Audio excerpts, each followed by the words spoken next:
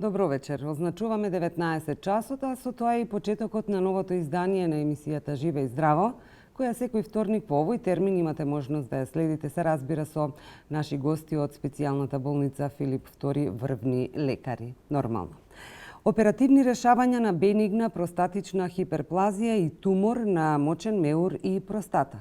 Ова се темите на вечерашното издание на Живе и здраво. Се разбира одговори на нашите прашања, се разбира и на вашите, доколку сте заинтересирани за оваа тема. 0432306990. Ние одговорите ги бараме од доктор Горан Јович, хирург-уролог од специјалната болница Филип II. Докторе, по трет пат добре дојдовте во Живе и здраво. Ви благодарам на поканата и се надевам дека ќе се гледаме и понатаму. Да. Секако, секако. Вечерва ќе поразговараме за простатата најнапред. Да. Ајде една елаборација ваша, што е всушност простата? За сите оние што не знаат. Така, ние и во претходните емисии имавме излагања за отприлика за ова, но сепак еве да си повториме. Простатата е машка жлезда која се наоѓа во малата карлица под мочниот меур околу изводниот мочен канал. Простатата е составена од два лобуса, значи два дела, така наречени лобуси, и го виткуваат изводниот мочен канал. Со нејзино зголемување, нејзина, значи хиперплазија, доаѓа до намалување на луменот на изводниот мочен канал, а со тоа почнуваат симптомите и потешкотиите кај пациентите кои почнуваат да боледуваат од овој тип на заболување. Така.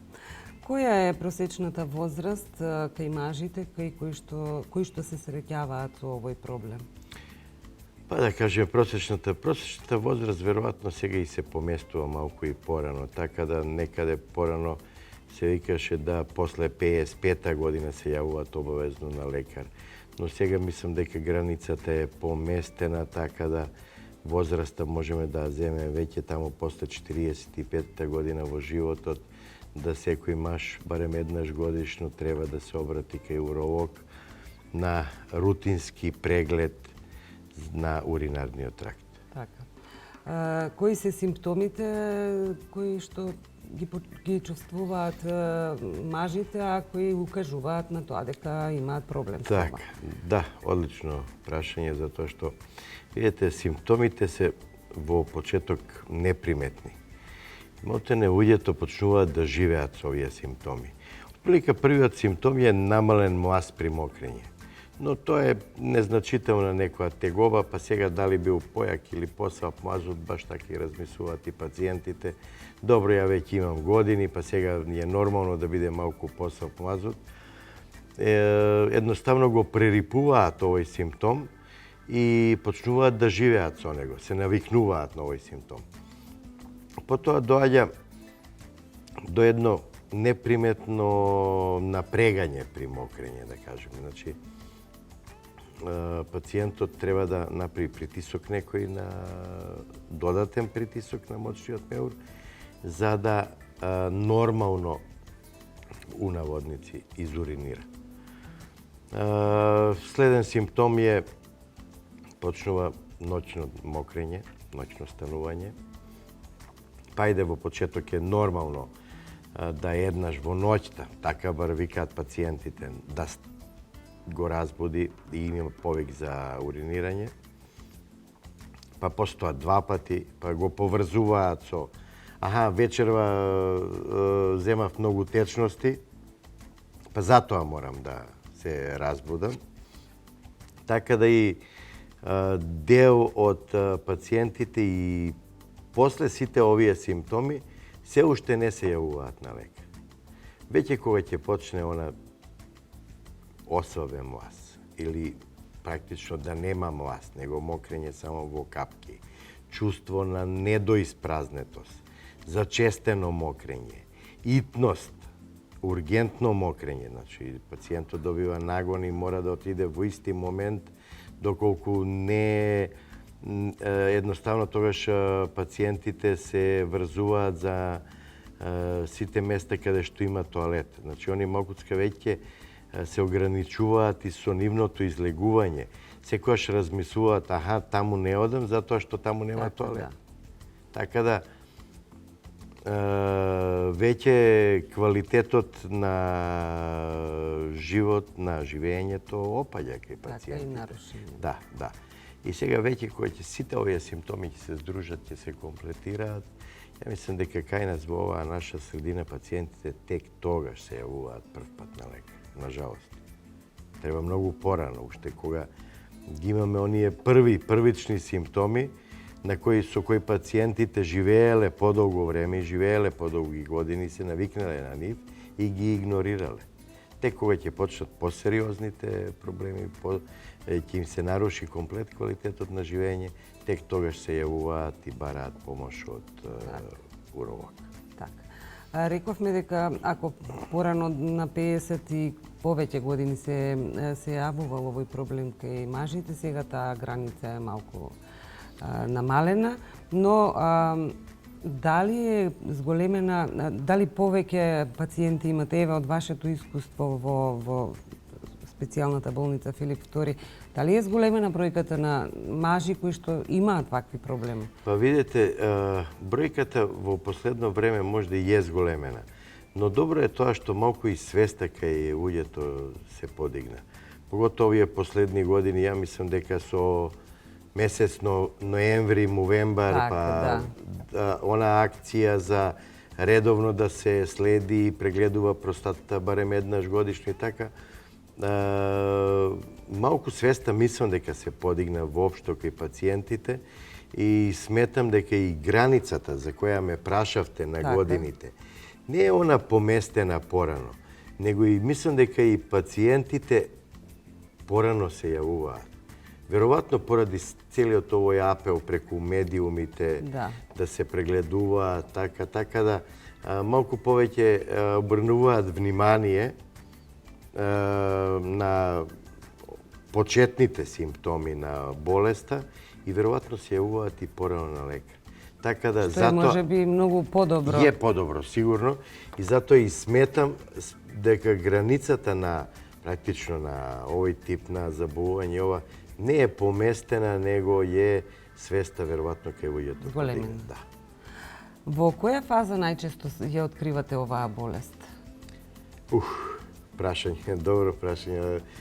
Во која фаза? Нажалост, болест се уште ја откриваме малку во некоја таму поодмината фаза.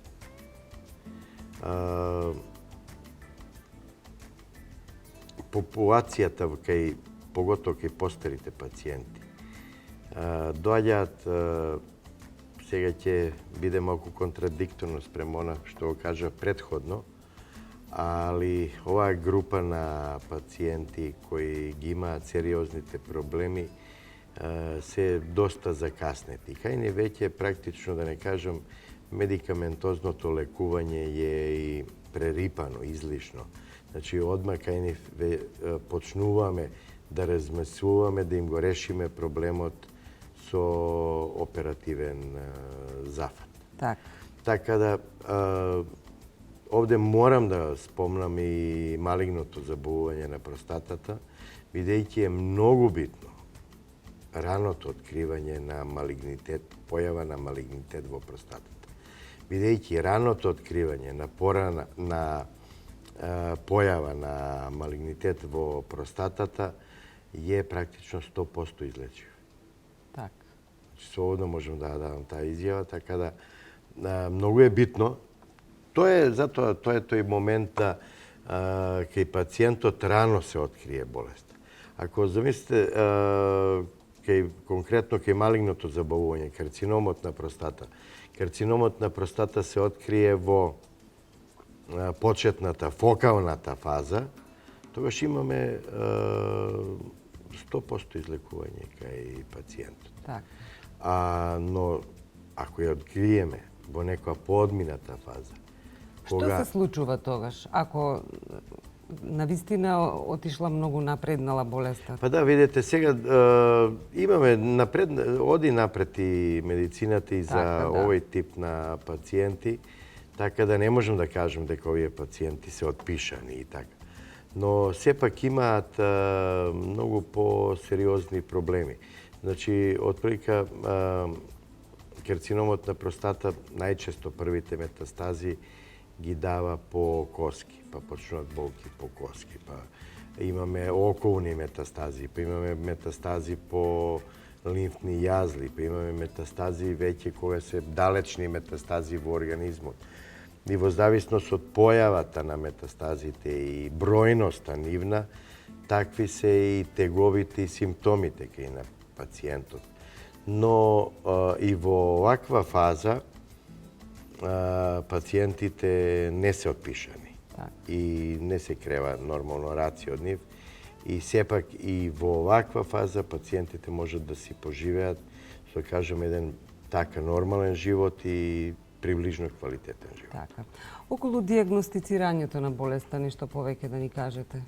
Сега имаме, нели, зборуваме за бенигна простатна хиперплазија, за еден тип на диагностицирање или за малигнитет во простатата, али ајде, еве, одма ќе одам на кај појава на карциномот на простата, затоа што он ми е многу важен во негово рано откривање.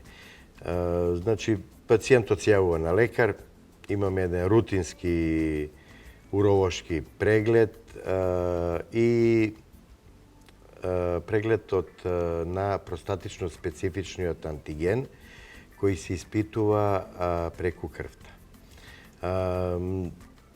Многу битен показател и усмерувач кон понатамошното исследување и откривање на болест. Простатично специфичниот антиген, значи он не е специфичен туморски маркер. Он може да биде покачен и при иритација на простата. Може да биде покачен и при воспаление на простата, но може да биде и е покачен при појава на малигнитет во самата простата. Така да затоа реков, он е еден показател и усмерувач кон понатамошните испитувања. Значи, доколку имаме покачен простатично специфичен антиген, одиме со понатамошни исследувања, па гледаме, проверуваме спермокултура, уринокултура, да не има брисеви, да не случајно и сепак се работи за некое само обично воспаление на простата и така, и во понатамошна фаза биопсија на простатата. Кој се спомне биопсија на простата, малку луѓето се повлекуваат, бегаат, Страшно е тоа ги за нема. Тој сакав сега да го кажам. Значи е тоа малку една, да кажеме, безболна метода. И е непријатно, али е безболна метода како се работи и како се прави биопсијата на простата. Во нашата установа биопсијата на простата се изведува и е водена под око, значи со помош на ултразвук, ехо, со ректална сонда. Ткивото од простатата се зима преку ректум. Значи имаме една припрема на пациентот предходно, доаѓа за биопсија на простата, иглата е водена со ехоапарат, се боцка од сомнителните места во простатата, тоа се отприлика некаде околу 12 боцки вкупно од десниот и левиот лобус. Ткивото е долго, тоа се танки парченца ткиво кои има должина од 15 до 20 милиметри. Значи, иглата толку брзо поминува низ ткивото да практично пациентот скоро и да не ја чувствува. Да зборувам чисто ради положбата, ова и самото на боцкање со игла, па малку кај пациентите постои некоја фобија и фама леле како сега што ќе се случи. Малотене е безболна метода. Ова ткиво се испраќа на патохистологија и резултатот го имаме за 48 часа. Тогаш е релативно брзо. Да. Тогаш веќе со сигурност можеме да тврдиме за кој тип на заболување се работи во простатата. Дали е само едно обично хронично воспаление на простатата или се работи за некој малигни процес во простатната жлезда. Така. Во претходното ваше гостување вие говоревте за медикаментозното лекување. Така, да. Ајде малку да проговориме за хируршката интервенција. Да. Овде би сакала само од режија да ги замолам да ни го пуштат материјалот со број 2 доколку е можно. Значи, како се изведува... Така, еве сега мислам дека дали ова го гледаат гледачите? Сега да. Е, одлично. Значи, ова е како изгледа простатата од внатре, гледана под око со цистоскоп, уствари ресектоскоп. Ова е ендоскопска метода и ова е оперативно лекување на простатата преку мочниот канал. Прво морам да кажам дека овој тип на интервенција се изведува во анестезија. Така. Најчесто воопште ендотрахеална анестезија или во спинална анестезија. Се влегува со апаратот низ мочниот канал, се стигнува до простатата. Рековме дека простатата е околу мочниот канал, непосредно пред мочниот меур. Ево на сега таму во внатрешноста, тоа што го гледаме, тоа е она темното, тоа е веќе внатрешноста на мочниот меур. Таму и ги пуштаме парчињата. Гледате како на кој начин вишокот и оној дел од простата кој смета се отстранува. Сите овие парчиња се оставаат во луменот на мочниот меур и потоа на крај од операцијата истите се евакуираат, изнесуваат надвор од организмот. Ја работиме трансуретралната ресекција на простата, биполарната метода, што значи дека работиме со физиолошки раствор, не со испирол, така да и времето кое беше претходно ограничено за интервенцијата, сега веќе не ограничува толку, така да можеме да работиме и подолго, можеме да работиме и повнимателно. И со овој тип на ресектоскоп крварењата се сведени на минимум. Еве гледате и овде, практично да како еве се отстранува ткивото на простата, да практично скоро и да немаме крварење. Или имаме некое минимално крварење кога ќе се отвори некој поголем крвен сад, а истиот и тој го запираме со овој апарат. Така. Како се одвива подготовката на пациентот еве за ваквиот зафат? Така. Па видите, прво нели треба да одлучиме дали е пациентот за оперативно лекување. Потоа тоа треба да го соопштиме на пациентот, да му ја објасниме методата, да му ги објасниме сите можни постоперативни компликации и потоа почнува процедурата на припрема на пациентот за оперативното лекување. Пациентот доаѓа ден порано во установата, каде се прават сите потребни испитувања, значи една кардиолошки преглед, комплетен еден интернистички преглед, потоа преглед од страна на анестезиологот, постоја веќе пациентот се прима во установата, легнува во кревет и утредента оди интервенцијата. Вкупно, престојот во болница, конкретно за ваков тип на интервенција, е некаде 4 до 5 дена заедно со оној ден кој го спомнав претходно. Тоа е релативно брзо. Да, да. затоа што имаме ден пред почеток на интервенцијата и најчесто 3 до 4 дена постоперативни. Пациентот одма на самото завршување на интервенцијата се поставува уринарен катетер со континуирано испирање во мочниот меур, за да се евакуираат сите оние заостанати парченца од ткиво, додатни коагулуми од она крварење кое и било и се уште го има постоперативно, така за сето тоа имаме континуирано испирање. Тоа што значи? Оперативниот катетер се состои од два влез и излез. Значи преку едниот ни влегува физиолошкиот раствор, кој ја го плакне мочниот меур, а од другиот имаме излез од каде што излегува. И тоа е континуирано испирање, постојано, и ова трае отприлика 3 дена. Обично на трети ден кај пациентот го вадиме уринарниот катетер, следиме како оди уринирањето и веќе следниот ден пациентот оди дома. Така.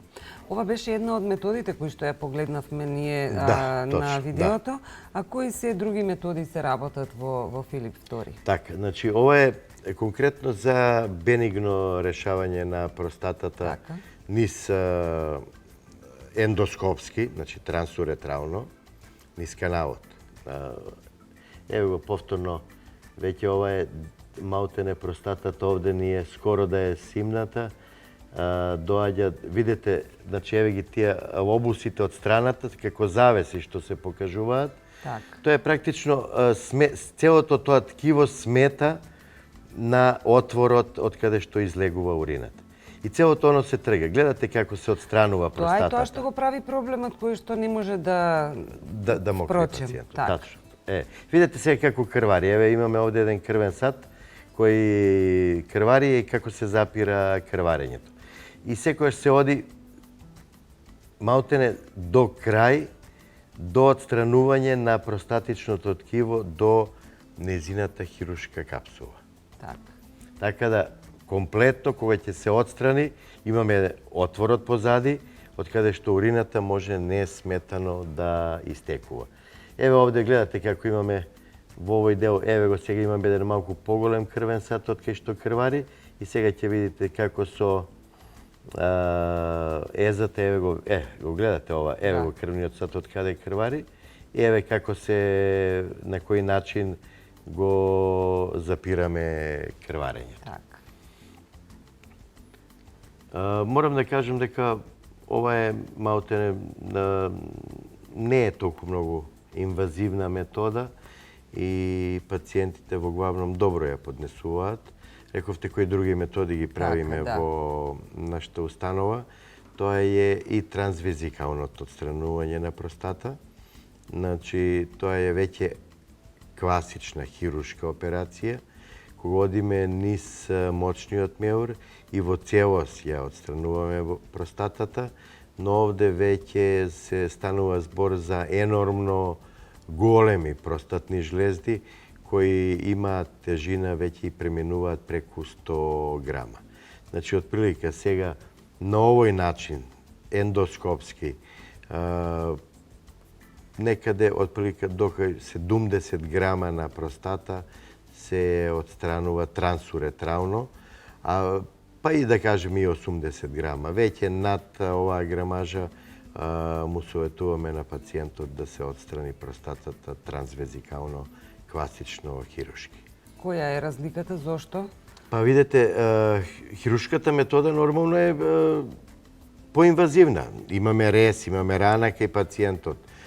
Хоспитализацијата не е 3 или 4 дена, него е отприлика некаде околу 8-9 дена. Тука е разликата.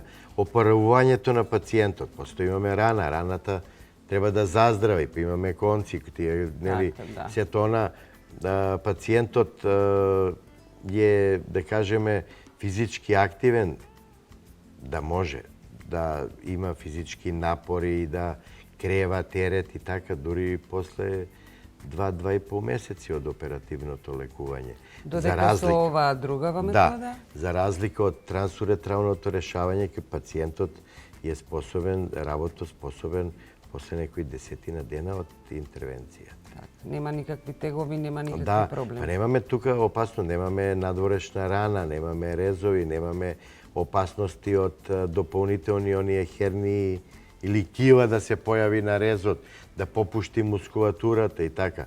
Бидејќи целата процедура се изведува трансуретрално низ фактички низ мочниот канал. Така. Рековме дека ќе проговориме и за трансуретралната ресекција на тумор на мочен меур. Ќе ве замолам режија видеото со број 3 ако може да го видиме. Околу оваа метода малку да проговориме. Не, ова е се уште трансуретрално решавање на простата. Простата? Тогаш борете, може, ајде нека, значи како се почнува, ова е баш почетокот на операцијата, кога почнуваме таму од средишниот дел, видите како, еве сега сето она што ни крвари, правиме хемостаза, значи практично тоа го запираме крварењето, и затоа малте не можеме да кажеме дека е малте бескрвна метода. Така, да. Со овој тип на операцијова, ретко се случува да има потреба кај пациентот да се надополни или да се даде крв. Така. Значи, крвозагубите се сведени на еден минимум, а и опоравувањето на пациентот е брзо, така да и болничкото лежење е сведено на еден минимум. Колку често вие вакви интервенции имате во текот на вашиот, да речеме, во текот на еден месец? Па видите, ајде ќе кажеме, отплика годишно некаде се околу 60-тина. Сепак се работи, ова е бројка во нашата установа. Значи, сепак овде се работи за една приватна установа каде што пациентите ја плаќаат интервенцијата. Точно така, да. И поради тоа и е оваа бројка која сега ја спомнав, така да, бидејќи сепак и платежната моќ на нашиот народ не е така висока. Да. Околу трансуретралната ресекција на тумор на мочен меур, видео број 4 режија ми се чини дека ако не е проблем да го видиме и тоа. Ќе го пуштат, само да, ајде да спомнеме прво за диагнозата кај туморите на мочниот меур. Така, може. Затоа што и тука е исто многу битна раното откривање. Кој е првиот симптом?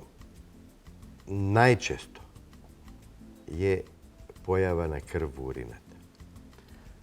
Само тука да напоменеме, тука не се исклучени и жените? Не. Така. Да. Значи, туморите на мочниот меур се појавуваат и едниот и кај другиот пол. Така. И секојаш е хематуријата или појавата на крв во урина безболна, без никаков друг симптом. Имаме траги од крв во урината, може да се појави некој парченце згрудена крв и после тоа да го нема и со месеци. Но сепак тоа е некаков знак дека треба да се пациентите често го поврзуваат, вчера јадев салата цвеко или пиев сок од капина или сок од малина или не знам, па го поврзуваат. Има ли врска тоа со ова? Не може до толку да ја офрба така урината. И обично најчесто го поврзуваат со тоа. И безболно е, нема никаков друг симптом и после тоа го нема. Повторно, бистра урина, нема ништо, така да и ретко се јавуваат. После еднократно појава на крв во урината, ретко се јавуваат на лекар. Обично чекаат тоа да зачести еднаш, 2 пати, 3 пати, 5 пати, па они да се јават на лекар, да дојде, да се диагностицира. Прво имаме првичен нормален преглед, уролошки, ехо преглед, потоа одиме цистоскопски преглед.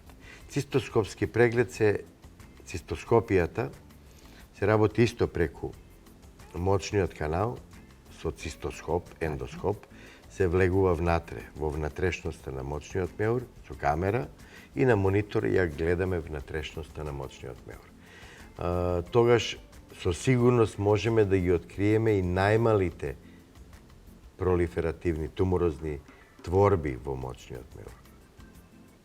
На ехо преглед, ситните туморозни творби тешко ќе се видат. Така. Тоа зборувам за големина на зрно просо или големина на зрнце бибер.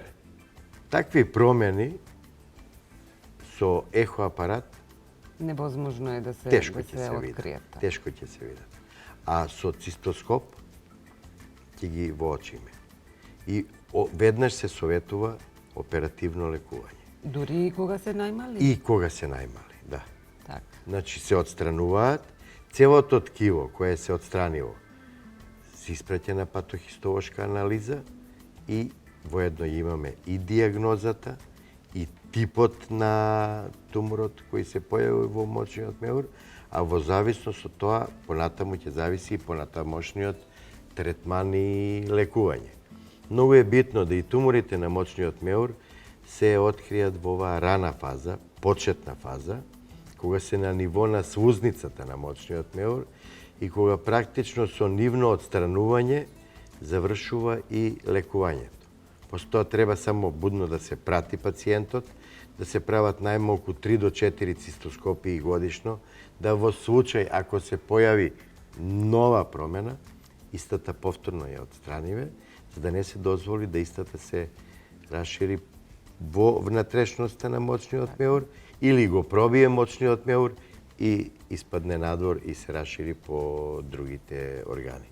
Сега веќе може да оди... Така, видеото со број 4, Да. дали е ова тоа? Да, докторе? ова е тоа, ова е значи внатрешноста на мочниот меур. Еве точно како изгледа еден тумор во мочниот меур. Значи ова тука околу ободот, тоа е влезот во мочниот Така. меур и веќе од самиот влез, значи ова е левата страна на пациентот, имаме тумор во мочниот меур.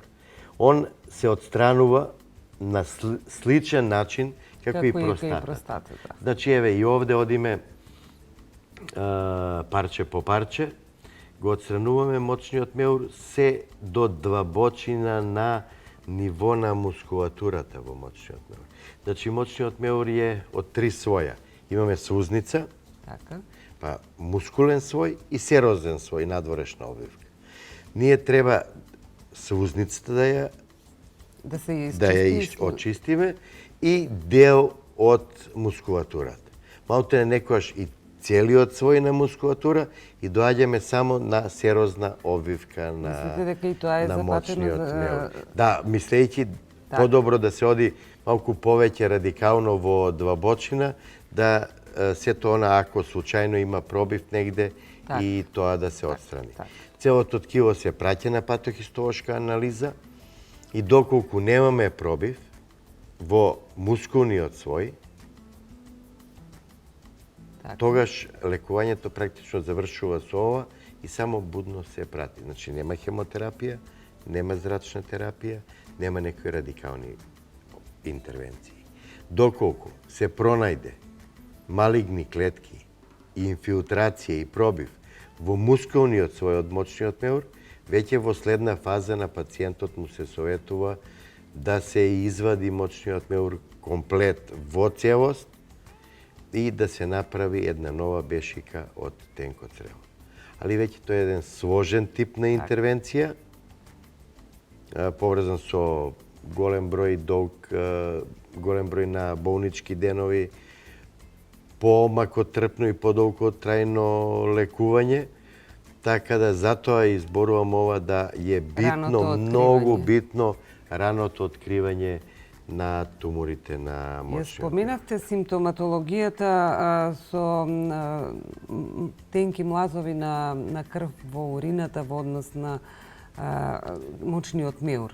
Дали е само тоа симптом или малку подоцна се јавуваат и некои други симптоми. Еве, ако пациентот го забележал тоа, меѓутоа не сака веднаш да дојде. Така, па видете, сега после тоа веќе почнува, тука може да се појави и некој инфект во мочниот меур.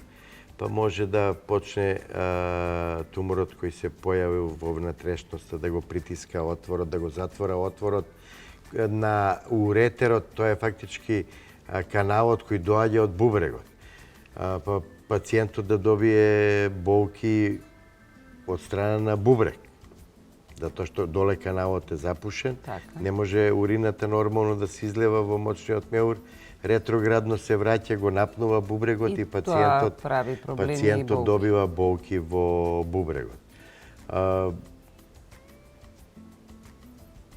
Ретко, кога веќе ќе почне нормално да се зголемува туморозната маса, нели, да во мочниот меур, тогаш може да даде и многу појаки симптоми, посериозни тегови и болки на крај нормално и така, но тогаш веќе болеста е во една поодмината фаза.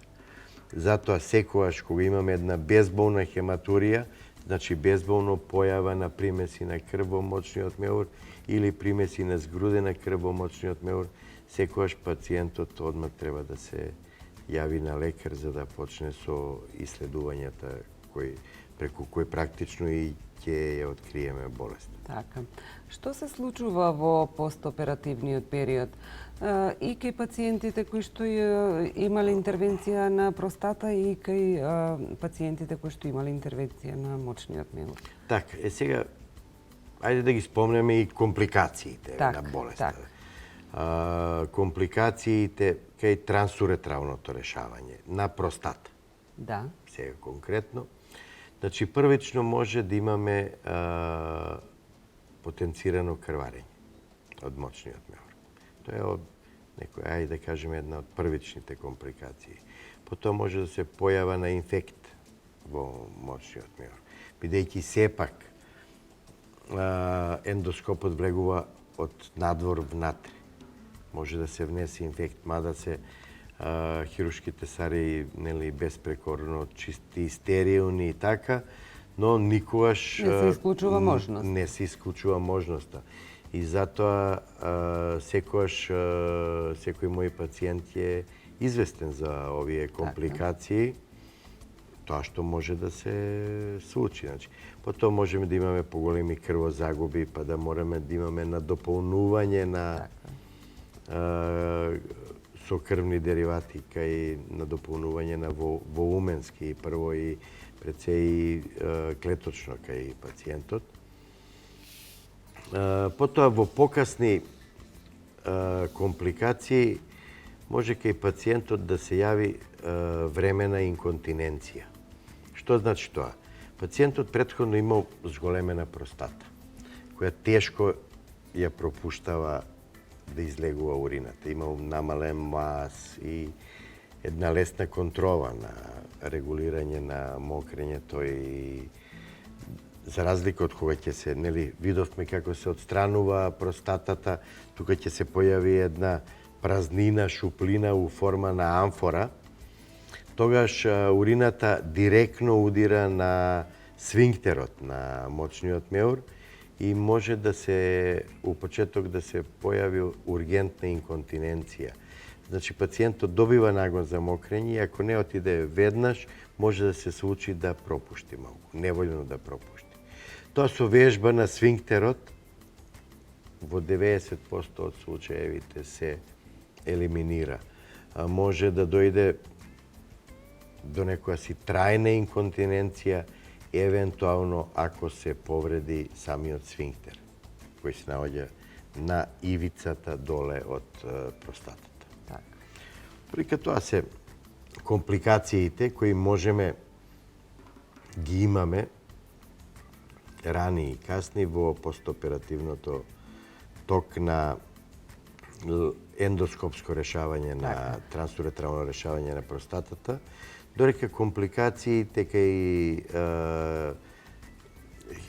ендоскопското решавање на трансуретралното решавање на туморот на мочниот меур се исто една од раните компликации, имаме едно потенцирано крварење, може да имаме, Исто така може да дојде до појава на инфект во мочниот меур, може да дојде до перфорација на мочниот меур, тоа е фактички да се направи дупке на мочниот меур со самиот апарат, бидејќи ви реков некојаш се оди ради радикалноста, се оди до крај, така да може освен мускулниот слој да се зафане и серозниот слој и тогаш да се направи перфорација на зидот на мочниот меур. Што се случува после ако дојде до такво нешто? Во таков случај, доколку перфорацијата е поголема, имаме пропуштање на изливање на урина во внатрешноста на организмот, тогаш се прави конверзија на операцијата, фактички се променува во отворен тип, отворена метода, кога се отвара, се прави хируршки рез, се отвара мочниот меур, се санира проблемот, се затвора перфорацијата која сме ја направиле со апаратот и потоа следи нормално послоеви затварање.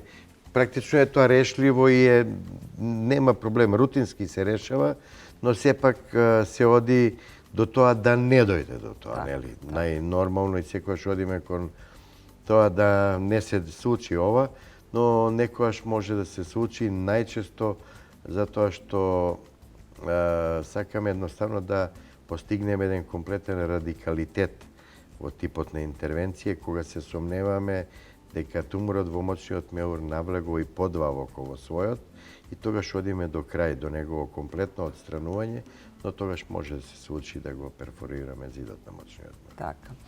И сега во однос на постоперативниот период, што е она што се случува и што вие го препорачувате на пациентите, а во меѓувреме ако може и видеото со реден број 5 ќе ве молам од режија и тој материјал да го погледнеме во меѓувреме. Значи, постоперативниот период кај пациентите, што е она што вие го препорачувате за нив, како да се однесуваат, што дали треба да се случува некој посебен режим на исхрана, не знам на Па не, видете, значи кај трансуретралното решавање на простата, пациентот оди трети или четврти ден дома. Физички активен, не е врзан со кревет. Так. Значи не мора да лежи. Може да се движи, да шета, препорака, да зима што повеќе течности. За постојано и урината го плакне мочниот меур. Најнормално е една физичка активност.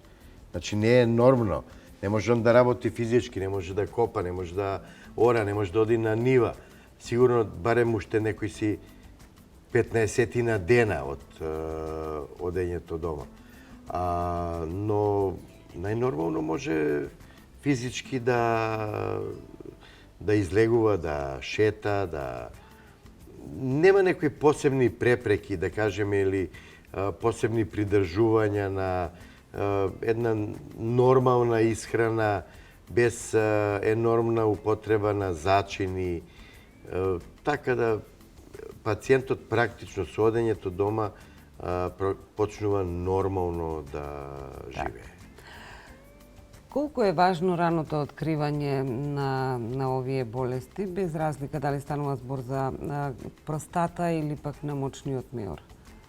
Па и текако, затоа и ова го спомнав и на почеток на емисијата, и во оваа емисија, и во претходните емисии, секогаш апелираме да првично со појава на симптомите пациентите се јавуваат на лекар, бидејќи многу значајно тоа затоа што и ако е дојдено до оперативно лекување, интервенцијата е многу помала во однос на ако е болеста прогредирала. Так.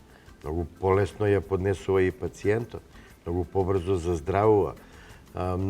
Така да практично за многу кратко време пациентот си го решава проблемот и понатаму квалитетно живее. Бидејќи ова целото е во тој правец оди да пациентот си го подобри квалитетот на живење. Затоа што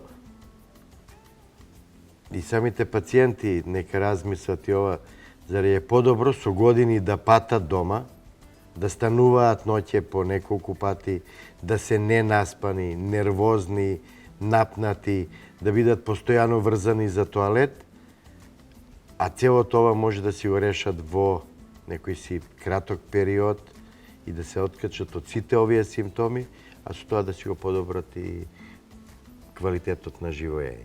Така. Докторе, полека, но сигурно стигнавме и до крајот на вечерашното издание на емисијата Живе и здраво. Јас ви благодарам за вашето исцрпно излагање вечерва на овие теми. Се надевам дека повторно ќе ни бидете гостин во некоја наредна прилика. Ви се заблагодарувам секако за вашето драгоцено време кое што еве го потрошивте вечерва кај нас. Ви благодарам и вас на поканата. Се надевам се гледаме во некоја следна Секако. прилика. Да. Благодарам. Пријатно. Почитувани, тоа беше се за вечерашното издание на емисијата Живе и здраво. Нашата цел е, се разбира, подигање на свеста на граѓаните за сопственото здравје. Затоа, доколку било какви симптоми почувствувате за било која болест, не чекајте и посетете лекар. Ве поздравувам со надеж дека повторно ќе бидете со нас во следниот вторник во истово време.